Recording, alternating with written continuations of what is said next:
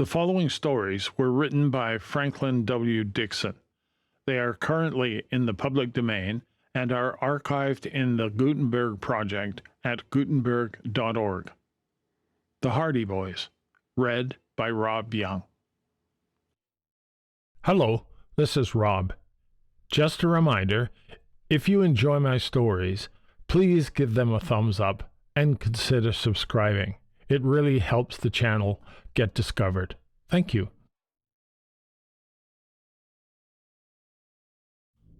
The Hardy Boys, The House on the Cliff. Recap of Chapter 2. Joe and Frank Hardy, along with friends Chet Morton, Biff Hooper, and Jerry Gilroy, are out for a motorcycle ride and have decided it would be fun to explore the abandoned Palooka place high on a nearby cliff. They are busy exploring the dilapidated old house when they hear a blood-curdling scream from the upper part of the house. They all instinctively rush out of the house into the yard, but the Hardy Boys, whose father is a famous detective, are more curious than afraid and convince the other boys to go back into the house to find out the source of the scream. They start wandering through the house and hear a second, long, quavering scream accompanied by a clap of thunder. Poking around the old deserted place, they find a parlor and suddenly find themselves locked in. All of a sudden, the ceiling of the parlor begins to fall in on the boys, burying them in dust and plaster and debris in an avalanche of material. Is the Palooka house falling in? End of Chapter 2. Recap. The Hardy Boys, The House on the Cliff, Chapter 3. Empty Toolboxes. When he was knocked off his feet by the impact of falling debris, Frank Hardy crouched down, protecting his head as well as possible until the downfall was over. Although a great deal of rubbish descended, it was not heavy material, and when at last the rain of plaster and splintered lath had ceased, Frank knew that he was uninjured, although he was almost buried in the heap and half smothered by the thick dust that rose all around him. He managed to get to his feet, fighting his way clear of the rubbish, and the first sight that met his eyes was an arm sticking out of the debris nearby. He seized the outstretched hand and dragged the owner to safety, discovering that it was his brother Joe. By this time, the others were beginning to extricate themselves, and within a few minutes, all 5 boys, covered with dust from head to foot, had scrambled out to the clear floor in the middle of the hall. No one was injured, although Joe and Jerry complained of bruises about the head and shoulders. "Let's get out of here," exclaimed Chet, as soon as he could get his breath. "I'm not going to fool around this house any longer." He looked about him for some means of escape. "I don't think it's very healthy myself," Frank agreed. He saw a door at the side of the hall, and going over tried to open it. But the door was locked fast, and although he kicked at it and shoved against the panels with all his strength, he was unable to budge it. "There's a window," declared Joe. "Let's break our way out." The window was boarded over, but the glass was already shattered. So Chet and Jerry, picking up rocks that had tumbled down in the debris from the walls and ceiling, pounded at the boards. "We'd better keep moving," advised Biff Hooper. "Perhaps the rest of the place will start caving in on us." There was a splintering sound as one of the boards fell loose, revealing the rain-soaked trees and bushes outside. Another onslaught with the rocks, and another board fell away, leaving a space sufficient for the passage of a human body. "Gee, that looks good to me." "Let's get out of here quick." "That suits me."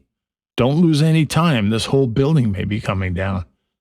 As the last words were uttered, the boys heard another crash behind them, It was so close that it made all of them jump.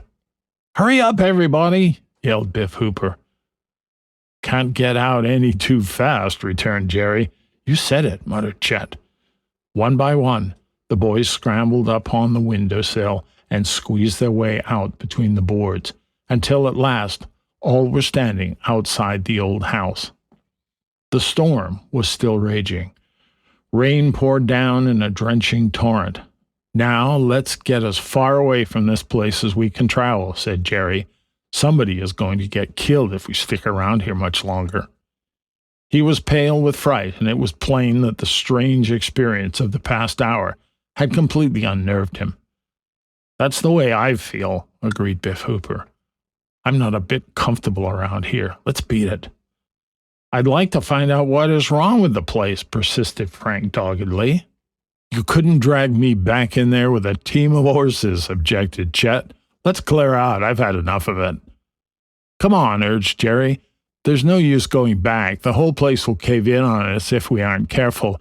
And anyway, there's something fishy about the house." Frank saw that the others were determined on leaving, in spite of the pouring rain.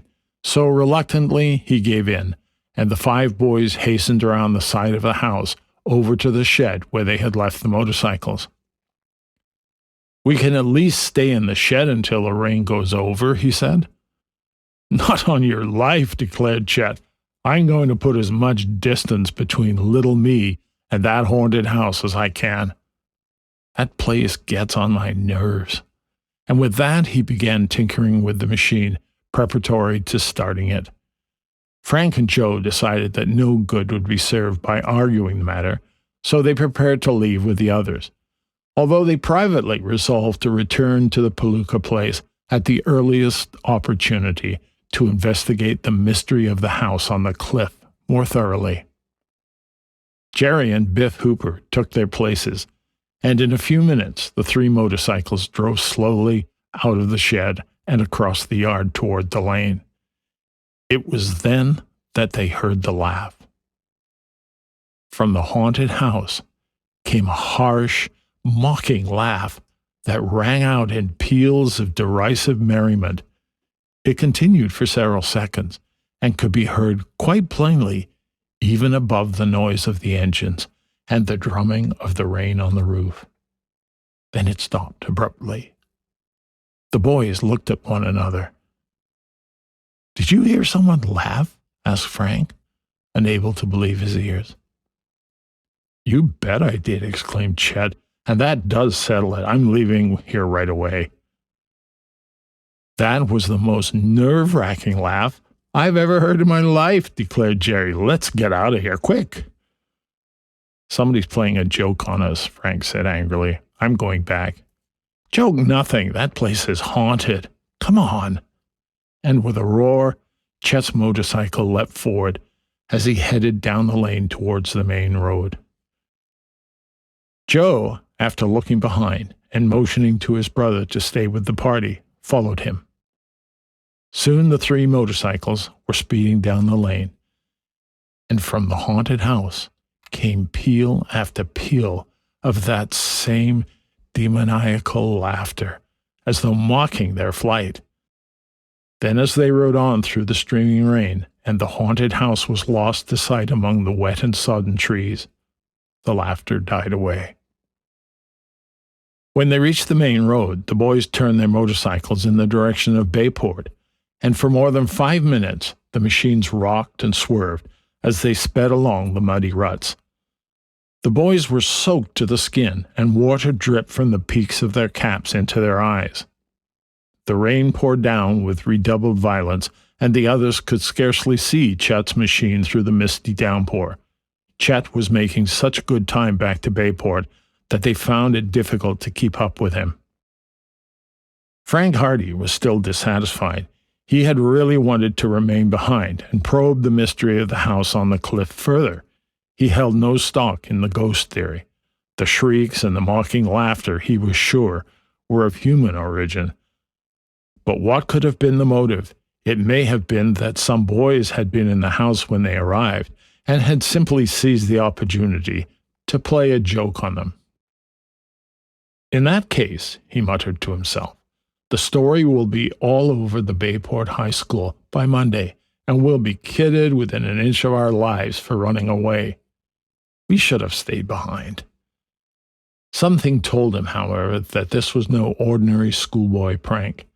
The incident of the fallen ceiling had unnerved him slightly. It was only by good luck that none of them had been seriously hurt. Of course, it may have been entirely accidental, but it seemed to have happened at a strangely opportune time, when the recollection of the shrieks and the mocking laugh came back to him again, and he shivered as he recalled the maniacal intensity of the tones. If it was any fellow like ourselves, he was a mighty good actor, Frank said to himself. I've heard of a person's blood running cold, but I never knew what it meant until I heard those yells. Suddenly, his motorcycle began, as he termed it, acting up. It coughed, lurched, backfired explosively, and the engine died. What a fine time to break down, Frank said as he dismounted. Joe drew up alongside. What's the matter? He called. Engine broke down. Gosh, aren't you lucky? Exclaimed Joe, grinning. There's a shed over at the side of the road. Bring it over under cover. He pointed to a tumble-down shed nearby. Frank realized that it might take some time to discover the trouble, so he trundled the motorcycle over to the refuge his brother had indicated. In the meantime, Chet Morton had looked back to find that the others were not following him and decided to return. The roar of his machine could be heard through the rain as he rode back towards them. In the shelter of the shed, Frank first of all took off his coat and cap, which were dripping wet, and hung them on a projecting board. Then, as Joe and Jerry stood by, glad of the chance to get out of the rain, he rolled up his sleeves and prepared to find the source of the trouble. They could hear Chet calling for them as he drove along the road in the rain. Thinks we're lost, laughed Joe. He went over to the front of the shed and hailed their companion. Come on up here, he shouted. Had a breakdown. Grumbling audibly, Chet dismounted and came over to the shed. In the meantime, Frank had opened the toolbox of his motorcycle. The others were startled by a sudden exclamation. Frank was staring at the toolbox with a bewildered expression on his face.